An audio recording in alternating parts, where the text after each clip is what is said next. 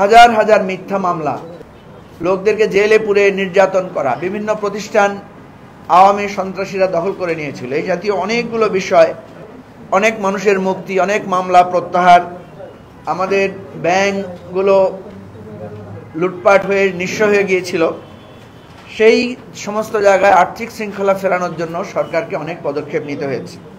আপনারা জানেন যে প্রায় সকল রাজনৈতিক বন্দীরা আস্তে আস্তে মুক্তি পেয়েছেন। অনেকে যারা প্রবাসে পাড়ি দিয়েছিলেন জীবনের নিরাপত্তার কারণে তারাও দেশে ফিরে এসেছেন।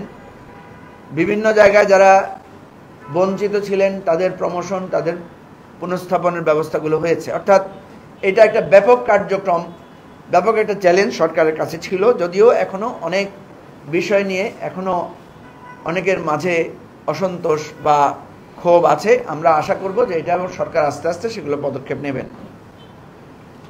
এই যে এত ব্যাপক অনিয়ম, লুটপাট, ধ্বংসস্তূপের মধ্যে ঘুরে আবার দাঁড়ানো, দেশের অর্থনীতিটাকে আবার সঠিক জায়গায় আনা, আইন শৃঙ্খলা পরিস্থিতিটাকে স্বাভাবিক করার এই যে বিরাট একটা চ্যালেঞ্জ, আমরা এই চ্যালেঞ্জ মোকাবেলার জন্য অবশ্যই সরকারকে ধন্যবাদ দিব এবং আমাদের যে এই সরকারের প্রতি আমাদের যে সমর্থন আছে, আমরা অনেক বিষয়ে সমালোচনা করি, অনেক বিষয়ে আমরা সরকারের জবাবদিহিতা চাই, কিন্তু তথাপিও আমরা এই সরকারের প্রতি আমাদের যে সমর্থন আছে সেটাকে আমরা আজকে আপনাদের মাধ্যমে আবারও পুনর্ব্যক্ত করছি। যমুনা রাইস কুকারে আছে 3-in-1 function. Jamuna rice cooker, smart রান্নায় আধুনিক জীবন। এখন প্রশ্ন হলো, সরকারের কাছে এই যে যা আমরা 6 মাসে দেখলাম, আমাদের প্রত্যাশা কি এটার মধ্যে সীমাবদ্ধ? আমাদের ছাত্র জনতা এই যে এত মানুষের জীবনদান, এটাকে শুধু এই প্রমোশন বদলির জন্য, এটাকে শুধু মামলা প্রত্যাহারের জন্য, এটাকে শুধু জেল থেকে আমরা জেলে ছিলাম জেল থেকে মুক্তি পাওয়ার জন্য? নিশ্চয়ই আমাদের চাওয়া পাওয়া, আমাদের প্রত্যাশা শুধু এখানের মধ্যে সীমাবদ্ধ না। এগুলো তো একটা অন্যায়ের রিমেডি, কিন্তু আমাদের একটা প্রত্যাশা আছে, চাওয়া আছে। সেই চাওয়াটা কি? আমাদের চাওয়াটা ছিল যে শুধু ক্ষমতার ব্যক্তির পরিবর্তন হবে না, যে শেখ হাসিনার পরিবর্তে প্রফেসর ইউনূস বা খালেদা জিয়া ক্ষমতায় বসবে, এটা নিশ্চয়ই আমাদের চাওয়া ছিল না। আমাদের চাওয়া ছিল একটা নতুন রাজনৈতিক বন্দোবস্ত, ফ্যাসিবাদী যে ব্যবস্থা এটার আমরা বিলোপ চেয়েছি।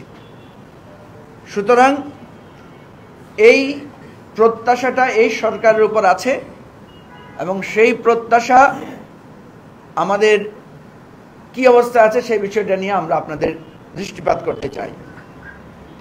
দেখেন, আজকে এসে আমরা দেখছি যে সংস্কার ও নির্বাচন প্রশ্নে গণ অভ্যুত্থানের আমরা যারা পক্ষশক্তি ছিলাম, আমাদের মধ্যে আমরা নানা রকমের বিভেদ এবং বিতর্ক দেখতে পাচ্ছি।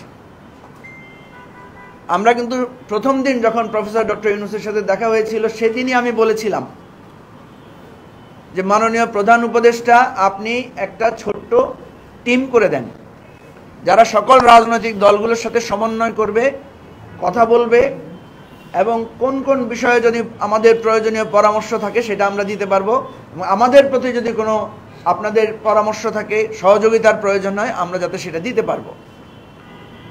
কিন্তু সেদিন তিনি আমাদের কথা সায় দিলেও একজন উপদেষ্টার অনীহার কারণে ইনি এই ধরনের কোনো পদক্ষেপ নেন নাই। ফলে আমরা আজকে দেখতে পাচ্ছি যে গণ অভ্যুত্থানের যারা পক্ষশক্তি তাদের মধ্যে নানা ধরনের বিভেদ বিতর্ক শুরু হয়েছে। আপনারা নিশ্চয়ই দেখছেন যে কার কি অবদান ছিল, কে কখন ছিল, কে কিভাবে ভূমিকা রেখেছে, কে করে নাই, এই ধরনের নানা বিতর্ক কথা শুরু হয়েছে। একটা আন্দোলন কিন্তু খুব গুছিয়ে আগায় না, আন্দোলনের মধ্যে অনেক ধরনের কৌশল থাকে। আমার কথা হচ্ছে যে আমরা নিজ নিজ অবস্থানের সীমাবদ্ধতাগুলো, জায়গাগুলো স্বীকার করলে অসুবিধা কি? আমি ব্যক্তিগতভাবে মনে করি আমরা এবি পার্টি প্রথম থেকে আমরা এই কোটা সংস্কার আন্দোলনের পক্ষে ছিলাম, কিন্তু আমরা কখনো ছাত্রদের সাথে একজোট হয়ে শুরু থেকে আন্দোলনটা শুরু করি নাই। কারণ আমরা চেয়েছিলাম ছাত্ররা যাতে তাদের জায়গা থেকে আন্দোলনটা গড়ে তুলতে পারে। কারণ আপনারা দেখেছেন যে প্রথম থেকেই শেখ হাসিনা ফ্যাসিবাদী শাসক, প্রথম থেকে এই আন্দোলনটাকে রাজনৈতিক দলগুলোর উস্কানি আছে, বিএনপি জামাতের হাত আছে, আমরা উস্কানি দিচ্ছি, এ ধরনের একটা অভিযোগ তারা দিয়েছিল।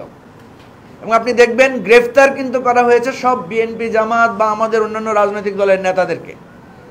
ছাত্রদেরকে কিন্তু কম গ্রেফতার করা হয়েছে এবং ছাত্রদেরকে গ্রেফতার করে কিন্তু আবার ছেড়েও দেওয়া হয়েছে। ইভেন ছাত্রদেরকে রিমান্ডে নিয়ে সেখান থেকেও তাদেরকে মুক্তি দেওয়া হয়েছে। বিএনপি শুরু থেকে বলেছিল যে এটা ছাত্রদের আন্দোলন, আমরা এই আন্দোলনের সাথে আমাদের কোনো অবস্থান নাই। কিন্তু বাস্তবিক অর্থে বিএনপি, জামাত বা অন্যান্য যারা রাজনৈতিক দল আছে সকলের একটা নৈতিক আভ্যন্তরীণ সমর্থন এই আন্দোলনের প্রতি শুরু থেকে ছিল। এগুলো কেন রাজনৈতিক দলগুলো খোলামেলা বলে না এবং কেন এই জিনিসগুলোকে সামনে আনে না, এই জিনিসটা আমার কাছে মনে হয় যে এটা একটা অনুচিত কাজ। সোজাসাপটা বললেই হয় যে আমরা এই কারণে এই কাজটাকে প্রথম সমর্থন করি নাই।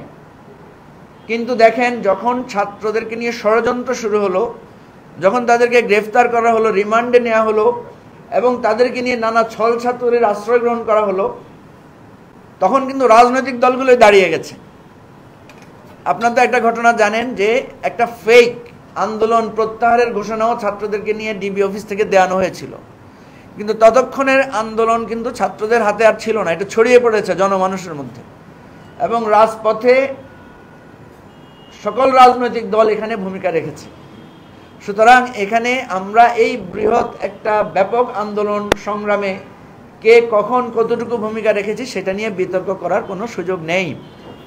কারণ মনে রাখতে হবে, 5ই অগাস্টের আগে পরে, মানে অগাস্ট মাসের শেষ থেকে বা আমরা যেটা দেখি আবু সাঈদের মৃত্যুর পর থেকে, আবু সাঈদের শাহাদাতের পর থেকে সবাই এক কাতারে চলে এসেছে এবং সবাই মিলে নানাভাবে ভূমিকা রেখেছিল বলেই আমরা এত বড় একটা জালেমের হাত থেকে, ফ্যাসিবাদের হাত থেকে আমরা মুক্তি পেয়েছি। এই যে আজকে যেখানে আমাদের সবাই মিলে ঐক্যবদ্ধ থাকার কথা এত বড় একটা বিজয়ের পরে, কিন্তু আমাদের মধ্যে নানা রকমের বিভেদ তৈরি হয়েছে, আমাদের মধ্যে নানা ধরনের বাকযুদ্ধ চলছে। আমি মনে করি এটার পেছনে অবশ্যই সরকারের একটা দায় আছে। সরকার যদি এই ব্যাপারে ভূমিকা রাখত তাহলে এই বিভেদটা হতো না। সরকার এই দায়টা কোনোভাবেই এড়াতে পারে না। আমি এবারে আমাদের বর্তমানে যে ডেভিল হান্ট এবং কমান্ড সেন্টারের কার্যক্রম নিয়ে দুটি কথা বলি। প্রথম হচ্ছে, আমাদের পক্ষ থেকে আমি বলছি যে এই ডেভিল হান্টটা, এটাকে আমি বলি ডিলেইড ডেভিল হান্ট ইনিশিয়েটিভ। এটা একটা বিলম্বিত উদ্যোগ। আমরা কিন্তু সরকারকে, সরকারের কর্তা ব্যক্তিদেরকে প্রথম থেকে বলেছিলাম যে প্রত্যেক অন্তর্বর্তীকালীন সরকার, প্রত্যেক কেয়ারটেকার সরকার দেখবেন আপনারা আইন শৃঙ্খলা পরিস্থিতি স্বাভাবিক করার জন্য একটা সমন্বিত উদ্যোগ নেয়। কিন্তু সরকার প্রথম দিকে এই উদ্যোগটা নেয় নাই। ইভেন আমি প্রধান উপদেষ্টাকে ব্যক্তিগতভাবে অনুরোধ করেছিলাম, যে আপনি সেনাবাহিনীর একজন সিপাহী থেকে শুরু করে পুলিশের একজন সিপাহী পর্যন্ত উনাদেরকে অ্যাড্রেস করে একটা স্পেশাল বক্তব্য দেন, বলেন যে বাংলাদেশটা এখন যে জায়গায় এসে দাঁড়িয়েছে সেখানে আপনি প্রত্যেককে সমন্বিতভাবে একটা সহযোগিতা চান। কিন্তু আমি জানি না কি জন্য এই উদ্যোগটা উনি নেন নাই এবং আমরা দেখেছি উনি শুধু পুলিশ এবং সেনাবাহিনীর কর্তা ব্যক্তিদের সাথে কথা বলেছেন। আমরা চেয়েছিলাম এরকম একটা পরিস্থিতিতে দেশের শান্তি শৃঙ্খলা, স্থিতিশীলতা, আইন শৃঙ্খলা পরিস্থিতি সঠিকভাবে মেনটেন করার জন্য একেবারে সবাইকে একটা দেশপ্রেম, একটা দায়িত্ববোধে উদ্বুদ্ধ করার জন্য উনার একটা পদক্ষেপ নেওয়া দরকার ছিল। কারণ উনি একজন ভালো বক্তা, উনি একজন মানুষকে ভালো ইন্সপিরেশন দিতে পারেন, সারা বিশ্বব্যাপী তার একটা সুনাম রয়েছে। তিনি যদি সবাইকে উদ্বুদ্ধ করে আজকে যে ডেভিল হান্টটা করেছেন সেটা যদি প্রথম দিকে নিতে পারতেন তাহলে কিন্তু আজকে বাংলাদেশে অনেক দুরাচার, অনেক খুনি, অনেক ফ্যাসিবাদের দোষরদেরকে আমরা ধরতে পারতাম, তাদের কাছে গ্রেফতার করা যেত এবং আজকে যে বিশৃঙ্খলা বা আজকে মাঝে মাঝে যে উত্তেজনাটা ছড়াচ্ছে এটা কিন্তু হতো না। এর বাইরে আরেকটা জিনিস হতে পারত সেটা হচ্ছে আজকে নানা ধরনের চাঁদাবাজি, দখলবাজির অভিযোগ আপনারা শুনতে পাচ্ছেন, আমরা শুনতে পাচ্ছি। আজকে শুনে আমি খুব ব্যথিত হয়েছি। ঢাকা শহরের বিভিন্ন জায়গায়, হয়তো দেশের বিভিন্ন জায়গায় হচ্ছে, আমরা জানতে পারছি না, যে কম্বাইন্ড ছিনতাই হচ্ছে বিভিন্ন জায়গায়। গাড়ি দাঁড় করিয়ে নৃশংসভাবে মানুষের উপরে চাপাতি দিয়ে কুপিয়ে সর্বস্ব ছিনিয়ে নেওয়া হচ্ছে, কিন্তু কোনো আইন শৃঙ্খলা পরিস্থিতির ব্যবস্থা হচ্ছে না। এই ইভেন্টটা, এই পদক্ষেপটা যদি প্রথম থেকে নিতে পারতেন তাহলে এগুলো থেকে আমরা রক্ষা পেতাম। তো আমি তারপরে বলছি, এটা একটা ডিলেইড একটা ইনিশিয়েটিভ, এটাতে খুব বেশি ফলপ্রসূ হবে বলে আমি মনে করছি না, বা আমরা মনে করছি না। তারপরেও কমান্ড সেন্টারের যে কন্ট্রোল নিয়েছেন সকল মানে বাহিনীগুলোকে সাথে নিয়ে, এটাকে আমরা স্বাগত জানাই, ইতিবাচকভাবে বলি। সকল রাজনৈতিক দলের, আমাদের সামাজিক সংস্থা, সকলের, প্রত্যেক নাগরিকের আমরা মনে করি এটাকে সহযোগিতা দেওয়া উচিত, এবং বাংলাদেশের আর্থসামাজিক আইন শৃঙ্খলাগত জায়গায় একটা শৃঙ্খলা ফিরে আসবে বলে আমরা আশা করছি। এবং আমি মনে করি যে জনগণ, সরকার যে একটা ক্ষমতায় আছে, সরকারের যে একটা নিয়ন্ত্রণ আছে, সরকার বললে যে একটা কথা হয়। যেমন আপনারা দেখেছেন যে প্রফেসর ইউনূস বলেছেন আর বিশৃঙ্খলা চাই না। কালকে আমরা দেখলাম একজন উপদেষ্টা বই মেলার ঘটনার পরে উনি বলেছেন this is last warning. Last warning, সরকারের আহ্বান, এই জিনিসগুলো যাতে কার্যকর হয়, মানুষ যাতে মনে করে সরকার হচ্ছে রাষ্ট্র পরিচালনার প্রধানতম শক্তি, দায় তাদের উপরে। তারা একটা কথা বলার পরে সেটা যদি না থাকে, না স্থাপিত হয়, তাহলে সরকারের নিয়ন্ত্রণ থাকবে না। আমরা আশা করি সরকার এই ব্যাপারে শক্ত একটা নিয়ন্ত্রণ স্থাপন করবে, এবং সেটা অবশ্যই মানবিক এবং মানবাধিকারের ভিত্তিতে সেটা হতে হবে। আমরা যে জিনিসটা দেখছি, একটা বিষয় আপনাদেরকে সামনে রেখে আজকে বলছি, আওয়ামী লীগ এবং শেখ হাসিনা যে উপর্যুপরি হুমকি ধামকি, তারপরে নানা ধরনের উস্কানিমূলক কথাবার্তা বলছে, এবং এর প্রেক্ষিতে আমরা কিছু রাজনৈতিক নেতাদেরকে দেখেছি বা রাজনৈতিক দলকে দেখেছি, তারা এক ধরনের দায়সারা গোছের ভূমিকা রেখেছেন, এক ধরনের সুশীল বক্তব্য তারা দিচ্ছেন। দেখবেন শেখ হাসিনার সেই দিনের সেই উস্কানিমূলক ভাষণের প্রতিবাদে ছাত্র জনতা বিক্ষোভ করেছে, রাজনৈতিক দলগুলো এখানে দায়সারা গোছের ভূমিকা নিয়েছে। কিন্তু আপনি যদি দেখেন ওই সমস্ত বিক্ষোভে বা যেই অস্বস্তিকর পরিস্থিতিটা তৈরি হয়েছে, সেখানে কিন্তু ওই সমস্ত রাজনৈতিক দলের নেতাকর্মীরাই বেশি অংশগ্রহণ করেছে। এই জায়গাগুলোতে আমরা মনে করি এখন কারো দায়সারা গোছের ভূমিকা রাখার সুযোগ নাই। এবি পার্টি এ ব্যাপারে অত্যন্ত সুস্পষ্ট অবস্থান আজকে আপনাদের মাধ্যমে আমরা বলছি যে শেখ হাসিনা খুনি, গুমকারী, লুটপাটকারীদের ব্যাপারে আমরা মনে করি তাদের বিচার হওয়া এবং ক্ষমা না চাওয়া পর্যন্ত তাদের কোনো ধরনের বক্তব্য, তাদের কোনো ধরনের তৎপরতাকে আমরা গ্রহণ করব না। আমরা তাদের ব্যাপারে কোনো নমনীয়তা দেখানোটাকে আমরা রক্তের সাথে, আমাদের এত দিনের দীর্ঘ 15-16 বছরের যে অন্যায় অত্যাচারের প্রতি এটা একটা অবিচার হবে মনে করি। তাহলে আমাদের বক্তব্য কি? আমাদের বক্তব্য হচ্ছে শেখ হাসিনা এবং আওয়ামী লীগের এ ধরনের উস্কানিমূলক হুমকি ধমকির ব্যাপারে আমাদেরকে একটা স্ট্রং পজিশন নিতে হবে। তবে সেই পজিশনটা কি ধ্বংসাত্মক হবে নাকি সেটা বুদ্ধিদীপ্ত রাজনৈতিক হবে, সেটা আমরা নির্ধারণ করব। সেটা ন্যায়সঙ্গত হতে হবে, সেটাকে আমরা ন্যায়সঙ্গতভাবে সবাই মিলে করব, এই স্ট্রং পজিশনে থাকতে হবে। সেজন্য আমি স্পষ্ট করে বলছি যে ফ্যাসিবাদের ব্যাপারে কোনো ধরনের নমনীয়তা দেখানোর সময় আসে নাই। বিচার এবং ক্ষমা চাওয়ার পরেই একটা সবাই মিলে আমরা একটা রিকনসিলিয়েশন প্রসেসে আমরা যেতে চাই, এবং এটা যত তাড়াতাড়ি নেওয়া সম্ভব সেটা আমাদের দেশ এবং জাতির জন্য, রাষ্ট্রের জন্য কল্যাণকর। আমরা দেখেছি যে সরকার বলছে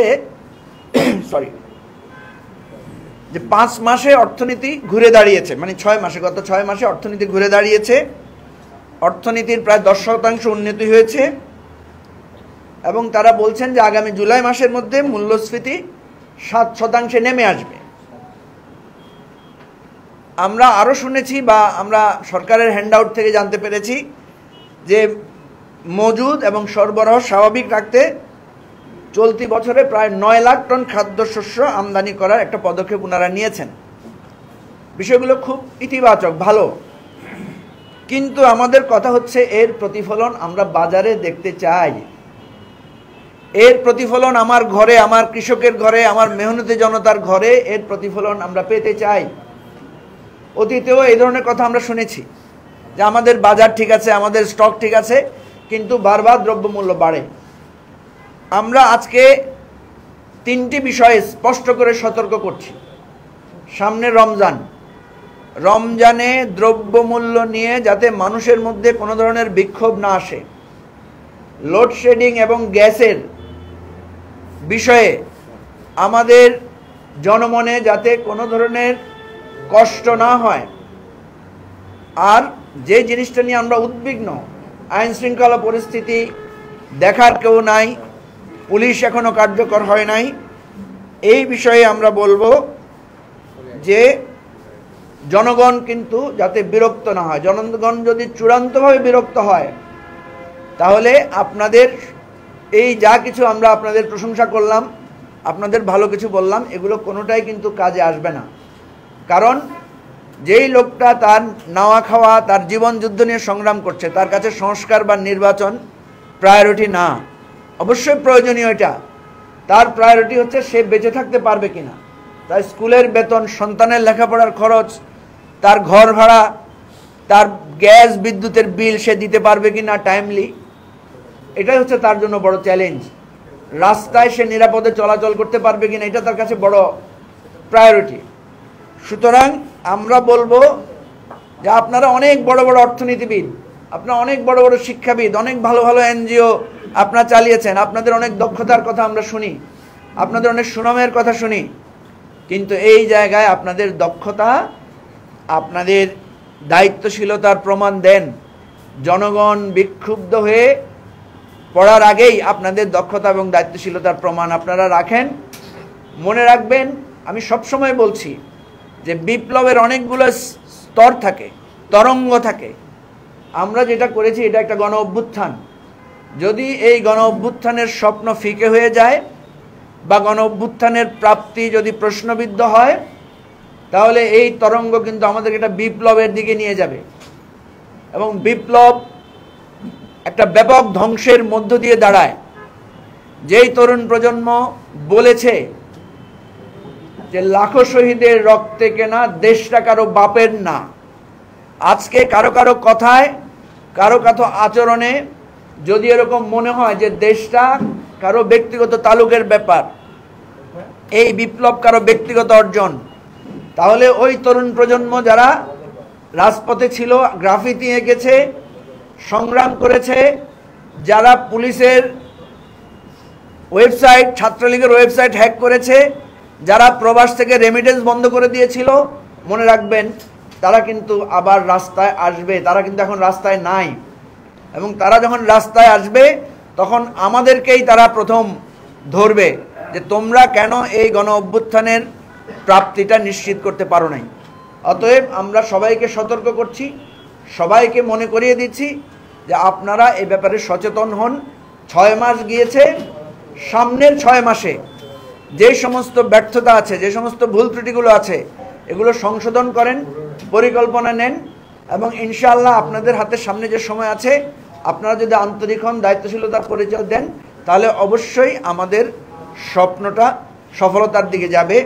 এটাই আমাদের প্রত্যাশা, এবং আমরা চাই যে বাংলাদেশের মানুষের এই রক্তদান যাতে বৃথা না যায়। আপনাদের সবাইকে ধন্যবাদ আজকে কষ্ট করে আসার জন্য।